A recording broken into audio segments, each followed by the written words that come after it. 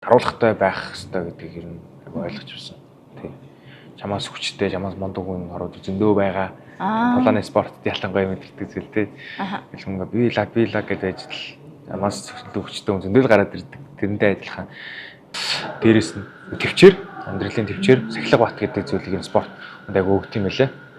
Хүчтэй ирэх хүн өөрөөсөө дор хүн хизээч эр бэрэ гаргаж болдгоо шүү гэдэг үгийг хэлдэг байсан. Энэ нэг өвөө захидаг байсан. Миний ингээд олон талаас нь бодоход энэ бас л даруулгатай байх тухай ярьж байгаа байхгүй. Чи өөрөө хүчтэй мундаг болох тусам доор байгаа хүмүүстэй дээрэнгүү хандах биш харин илүү тэр хүмүүсийн үүд надч тэр хүмүүсийг хамгаалах талаас нь бодож байгаа. Энийг л нааваас их олж авсан. Аавын хүүгийн аав гэж хэлдэг шүү дээ. Одоо ингээд өөрөө аав болцсон. Тэгэхээр би хүүхэдтэй нэг ийм зүйлийг л би бас захиж хэлэндээ. Эсвэл яг ингэж хүмүүжүүлээл гэж хичээдэг гэж тэгж хэлвэл спорт шүү дээ. Спорт. Спорт шүү дээ.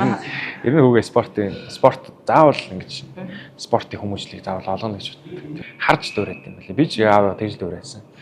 Тэгэнгүүт миний хүүч гэсэн намайг ингээл харж дуурайх байхгүй. Ер нь би хажууд нь гизээлж хөвтөж чи юм хийгээд ах юм бол тэр хүүхэд дарамтлал өгсөн шүү дээ.